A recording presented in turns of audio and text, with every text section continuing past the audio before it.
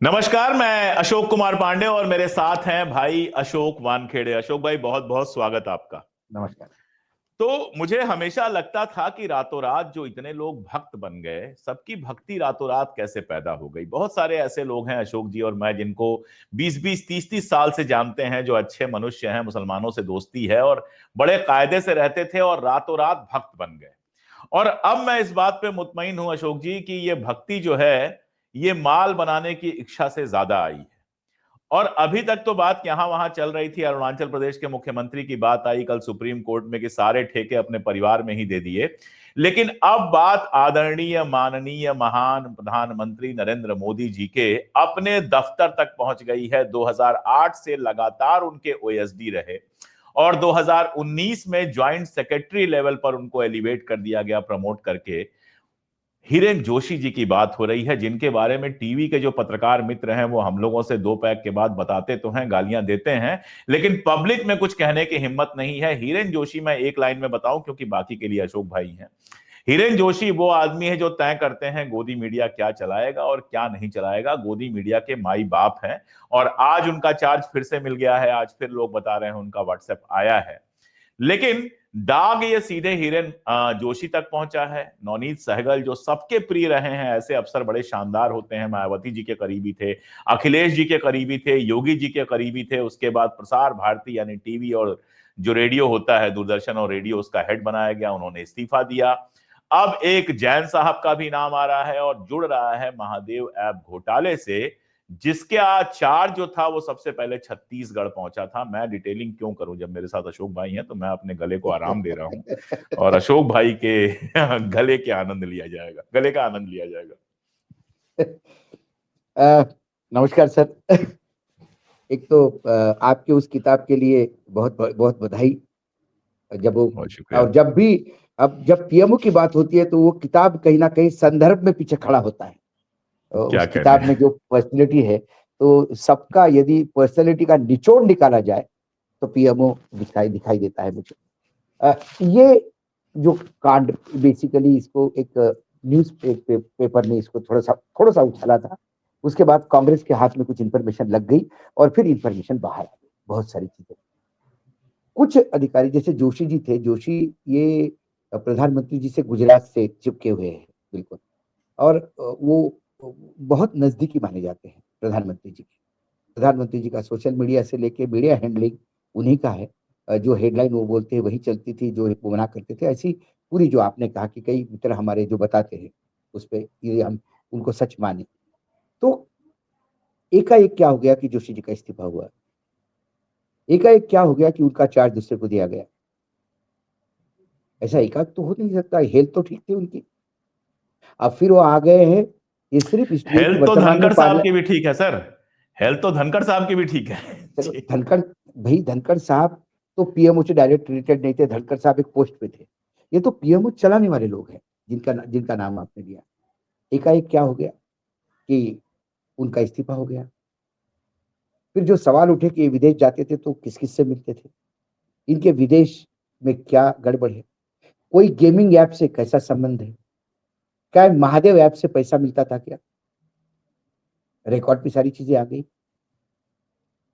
उसके बाद अब पीएमओ ने, पार्लियामेंट चल रही है, हंगामा ना हो जाए, जवाबदेही है, तो उसको वापस लाके ऐसा दिखाने का प्रयास कर रहे हैं कि कुछ हुआ नहीं, लेकिन हुआ बहुत कुछ है।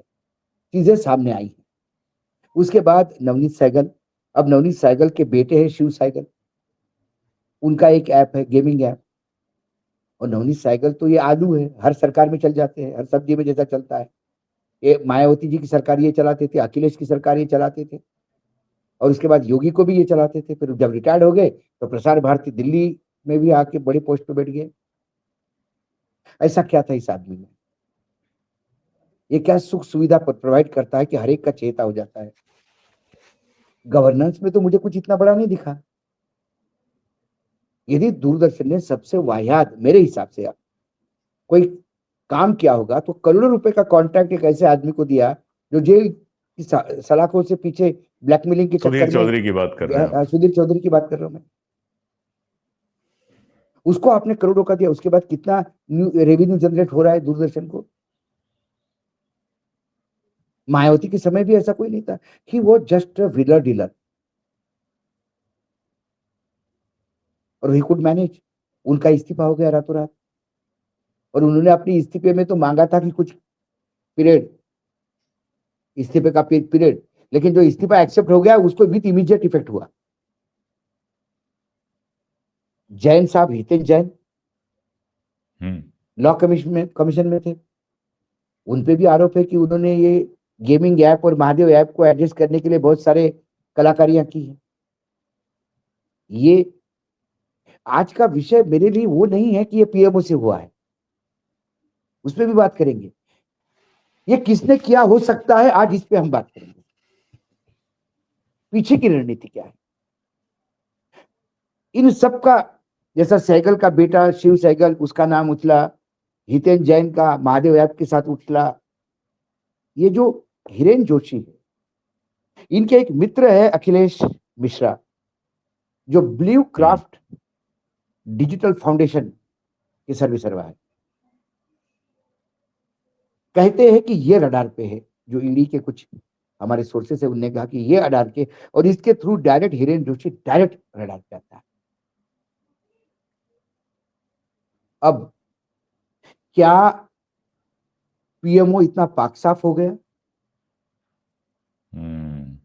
इस देश में ऐसा कौन सा ब्यूरोक्रेट है जिसका बेटा विदेश में नहीं पढ़ रहा है, विदेश में सेटल नहीं है?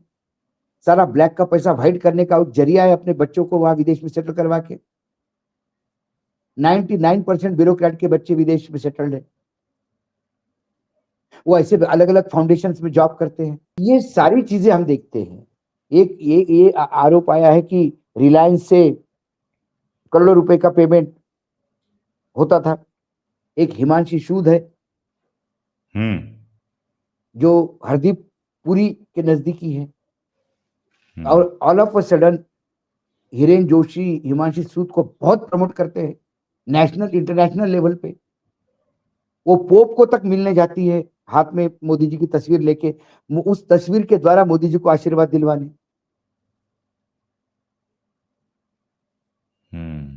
ये क्या है? अब जब हरदीप पुरी का नाम आता है तो सुब्रमण्यम स्वामी का ट्वीट आता है कि कहां कहां किसके तार जुड़े हैं। यदि प्रधानमंत्री कार्यालय में इतनी विदेशी ताकतें हावी हो रही है तो क्या ये देश के लिए हानिकारक नहीं है? पहली बात, ये हुआ क्यों? अटल जी के समय ये क्यों नहीं होता है? राजीव गांधी के समय क्यों नहीं होता है? इंदिरा गांधी के समय क्यों नहीं होता है? ये ब्यूरोक्रेट्स क्यों नहीं हावी होते हैं? हमने इतने प्रधानमंत्री, हमने देवगौड़ा जी का भी टाइम देखा है, भला कम टाइम देखा है। हमने चरण सिंह जी का तो बहुत ही अल्प कार्यक्रम समय देखा है, लेकिन कभी ब्यूरोक्रेसी हावी नहीं हुई। वर्तमान में ब्यूरोक्रेसी हावी है, और जब सांड को खुला छोड़ दोगे वो कितनी जगह सिंह मारेगा आपको पता नहीं।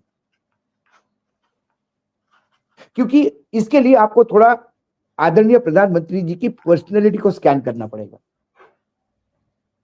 प्रधानमंत्री जी को देखने के बाद मुझे लगता है इतने दिनों के बाद, जब वो जनरल सेक्रेटरी थे पार्टी के, प्रधानमंत्री जी नरेंद्र मोदी जी का वो पहली बार जब मैं मिला, वो जनरल सेक्रेटरी ऑर्गेनाइजेशन थे गुजरात में। जब आदरणीय अडवाणी जी की जब रथ यात्रा शुरू हुई सोमनाथ से, वो ऐतिहासिक रथ यात्रा, तो ये रथ यात्रा के प्रारंभ से लेके एंड तक पूरे गुजरात में मैं रिपोर्टिंग करने उनके साथ था।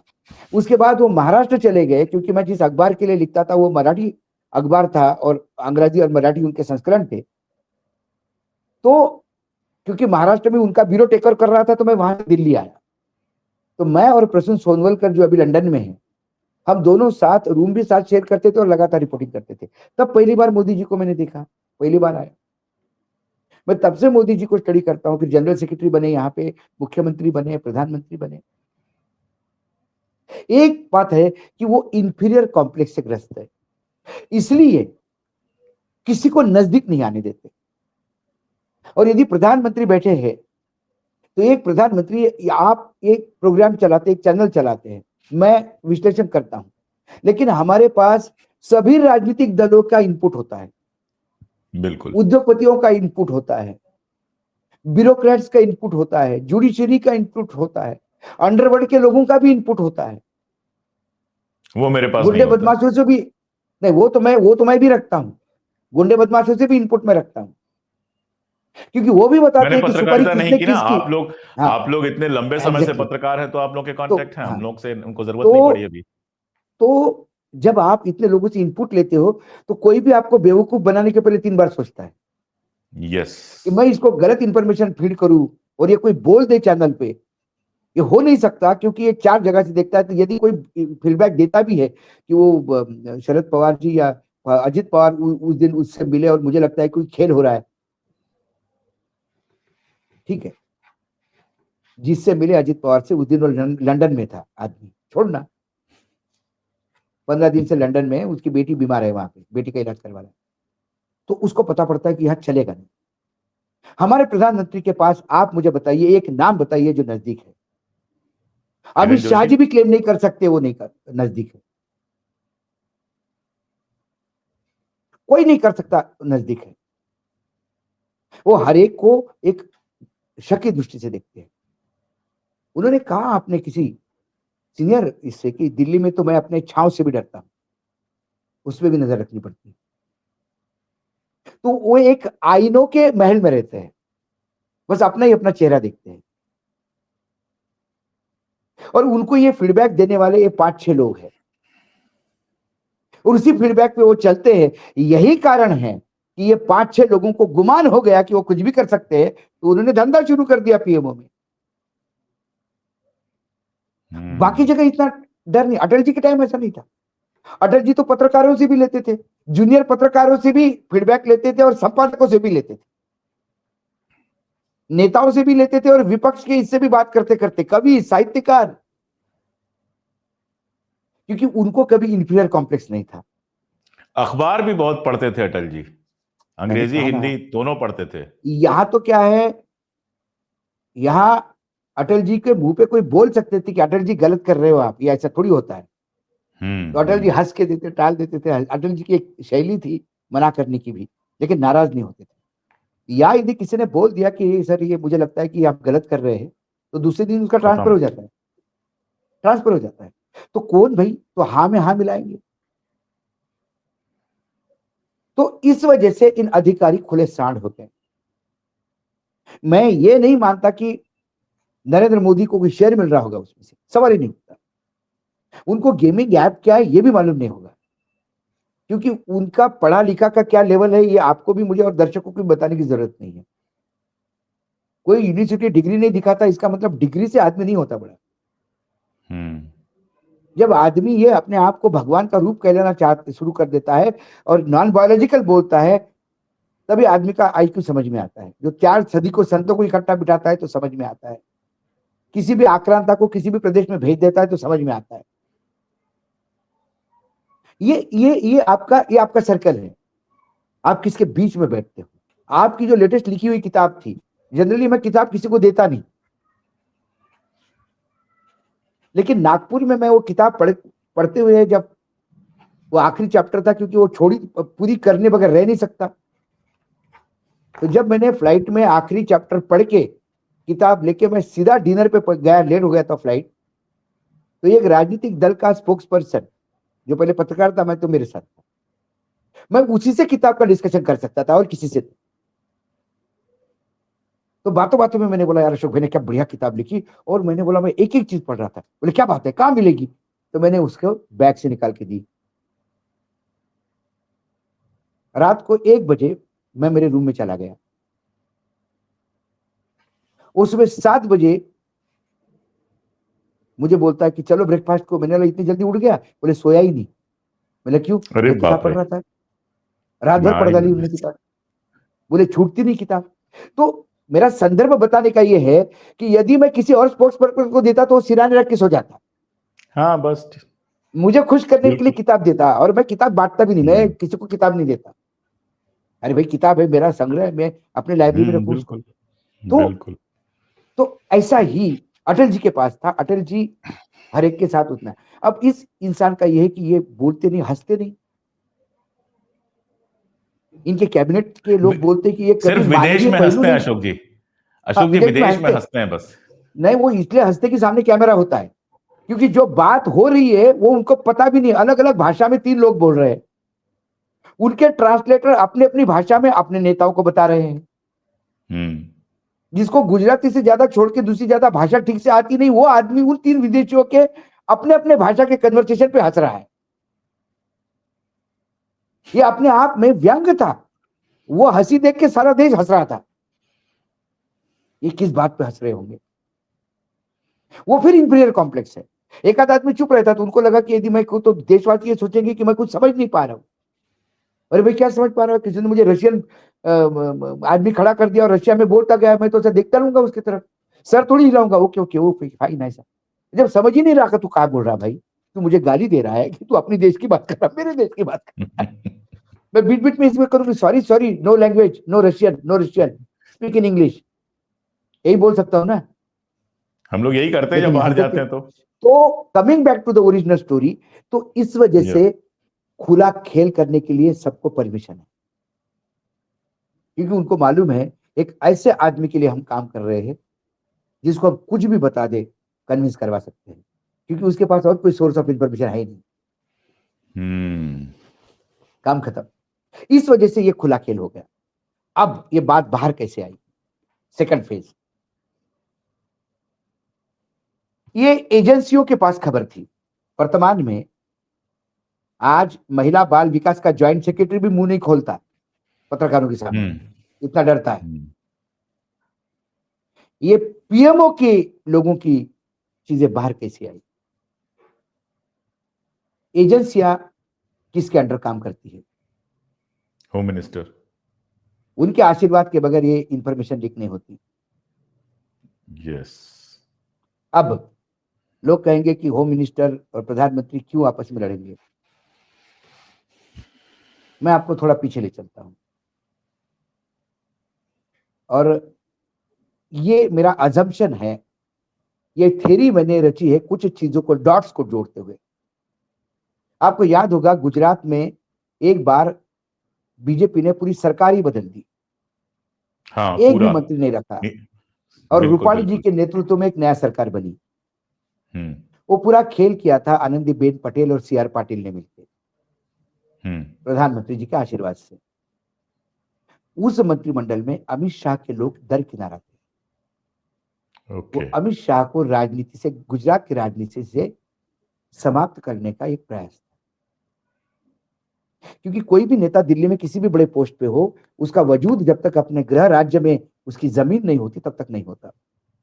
बिल्कुल। तो उसके बाद ये खटास चलती रही। फिर 6 महीने बाद आनंदीबेन की बेटी अनार के घर इनकम टैक्स की रेड होती है। याद है मुझे। नेक्स्ट टू इम्पॉसिबल, ये हो ही नहीं सकता। चर्चा ये है कि आनंदीबेन बहुत बहुत नाराज होगी, क्योंकि उनका नेचर है, वो तो वो पटेल गुस्सैल है, है वो बहुत ज्यादा। पटेल है। वैसे भी वो व्यक्तिगत तौर पे भी बहुत गुस्सैल हैं, वो उनके बारे में गुस्सा, यही जब हाँ, चीफ मिनिस्टर थी तब भी था।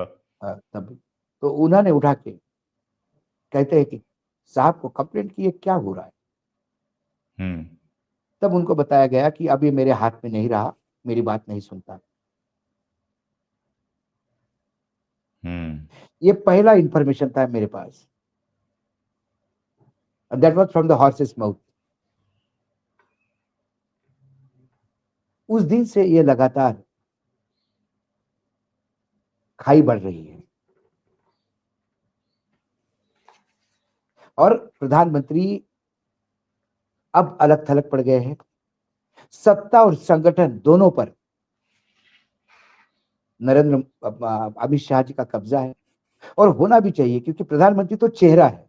नरेंद्र मोदी जी को प्रधानमंत्री बनाने के लिए जो मेहनत अमित शाह ने की, वो किसी ने नहीं की। ये बात तो आपको, चाहे आप पसंद करते हो ना पसंद करते हो, ये मानना बिल्कुल पड़ेगा। बिल्कुल। गोधरा के पहले राजनीतिक से ही। दलों ने, सारे राजनीतिक दलों के नेताओं को मैं कहता हूं, मैं कोई अमित शाह के विचारों से सहमत नहीं रहता, मेरा कभी हमेशा हम्म। विरोध रहा है, लेकिन उनकी मेहनत करने की जो आदत है, वो मैंने मेरे कम से कम लाइफ टाइम में ऐसा पॉलिटिशियन नहीं देखा जो इतनी 24/7 लगातार मेहनत करता है सत्ता में रहने के लिए।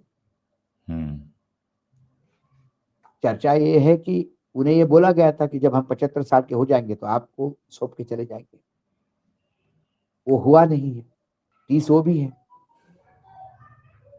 अब संघ भी जिस हिसाब से, राष्ट्रीय स्वयंसेवक संघ जिस हिसाब से योगी जी को 2 दिन से नसीहत दे रहा है कि योगी जी को ऐसा करना चाहिए, योगी जी को ऐसा करना चाहिए, मंत्रिमंडल योगी जी को मंत्रियों से ये करवाना चाहिए, वो करवाना चाहिए, ये इंडिकेशन है कि बिहार के चुनाव के नतीजों के बाद संघ को भी समझ में आ गया कि अमित शाह जी को संघ की जरूरत नहीं है चुनाव जीतने के लिए, उनके पास बहुत सारे टूल किट है। तो संघ भी शरणम गच्छामि है। तो सत्ता, संगठन और संघ तीनों को उनकी पकड़ है। Anil Ambani, blue eyed boy of Narendra Modi ji, आज ईडी से परेशान है। आप कड़ियां जोड़िए,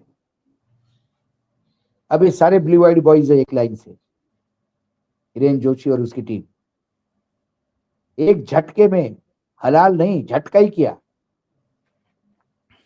तो इंफॉर्मेशन लीक कैसी हुई? बिल्कुल। किसने?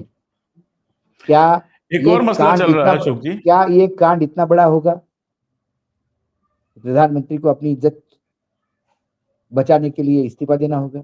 क्या ये जिन पे एक्शन हुई है या जिनके नाम उछले ये मोहरे चेक राजा को देना था? और चाल वजीर चल रहा है। ऐसे असंख्य सवाल है, क्योंकि मैं नहीं जानता कि ईडी में कोई इतना बादमा रखता है कि ये नाम रिलीज करे, सबसे पावरफुल ब्यूरोक्रेट्स के। ठीक बात है। यानी आगे अभी और बीन्स जो हैं वो स्पिल हो सकते हैं। यूपी से जो खबर आई थी, आप फॉलो कर रहे थे उस खबर को, मैं पूरी बात पूरी कर लूं, आप उस खबर को फॉलो भी कर रहे थे, कफ सिरप वाला जो मामला आया था। अच्छा, वो बिल्कुल धीरे धीरे धीरे धीरे बड़ा हो रहा है, दब नहीं रहा है। ऐसा नहीं कि उसको दबा पा रहे हैं या दबाया जा रहा है, वो धीरे धीरे बड़ा हो रहा है। एक का नाम आ रहा है, दूसरे का नाम आ रहा है, इधर से आ रहा है, उधर से आ रहा है, ये पकड़ लिया गया, वो पकड़ लिया गया। उसको भी योगी वर्सेस अमित शाह की तरह देखा जा रहा था। तो यानी आप जो कह रहे हैं उससे समझ में ये आ रहा है कि अमित शाह जी ने जो है बाहर की लड़ाइयां सब जीत ली हैं, अब वो अंदर का चक्रव्यूह तोड़ने पर लग गए हैं। और अगर ऐसा है तो फिर तो बहुत सारे बीन्स और बिखरने वाले हैं। बिल्कुल यकीनन, मैंने बोला बहुत सारी चीजें बाहर निकलेगी, बहुत सारी चीजें बाहर निकलेगी। तो इंतजार किया जाए। तानाशाही की बात की, मेरी किताब की बात की। मैं एक अंग्रेजी में अक्सर कहा जाता है, a man is defined by the company he have. किसी आदमी को जानना हो कि उसकी असल औकात क्या है या वो किस तरह का आदमी है, तो उसके आसपास जो 2-4 उसके सबसे करीबी लोग हैं उनकी शक्लें देख लीजिए। कुछ लोग पर्दे के भीतर होते हैं, कुछ पर्दे के बाहर होते हैं। आपके समझ में आ जाता है कि असल में वो आदमी कैसा है।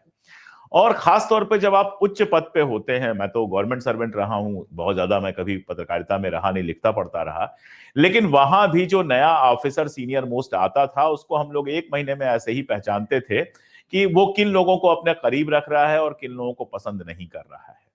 तो अगर हिरेन जोशी, हितेश जैन और इस तरह के नाम सारे के सारे एक साथ उछले हैं, और अशोक जी जिस तरह के आरोप लगे हैं वो गंभीर नहीं, भयानक गंभीर हैं। जिस विदेशी कनेक्शन पे, जिस सोरोस वगैरह की बात करके ये कांग्रेस को घेरने की कोशिश कर रहे थे, ये इनके घर में नहीं पहुंचा है, आंगन में नहीं पहुंचा है, ये ड्राइंग रूम से होते हुए बेडरूम और अब तो पूजा घर में पहुंच गया है, सीधे पीएमओ पूजा घर है इनका। तो आने वाला समय मजेदार होगा। गोदी मीडिया तो वही करेगी जो सरकार चाहेगी उसको। दूसरी बात, कई शौक ऐसे होते हैं जीवन में, वो आपको इतने हावी हो जाते हैं आप पे कि आपको बर्बाद कर देते हैं। वो भी पुट इसमें देखने को मिलता है। बस अब इसके आगे कुछ कहने की जरूरत नहीं है। अशोक ने आपसे शौक की नहीं, शौक की बात की। शौक बड़े खूबसूरत चीज होते हैं, लेकिन कुछ शौक ऐसे होते हैं जो आपको बर्बाद कर देते हैं। इसलिए अशौक मत होइए आप, शौक रखिए, लेकिन अच्छे शौक रखिए। आज के लिए इतना ही। आगे भी जैसे जैसे ये खबर बढ़ेगी, अशोक जी को हम बुलाते रहेंगे और बात करते रहेंगे। अशोक जी, बहुत शुक्रिया समय देने के लिए। नमस्कार। नमस्कार।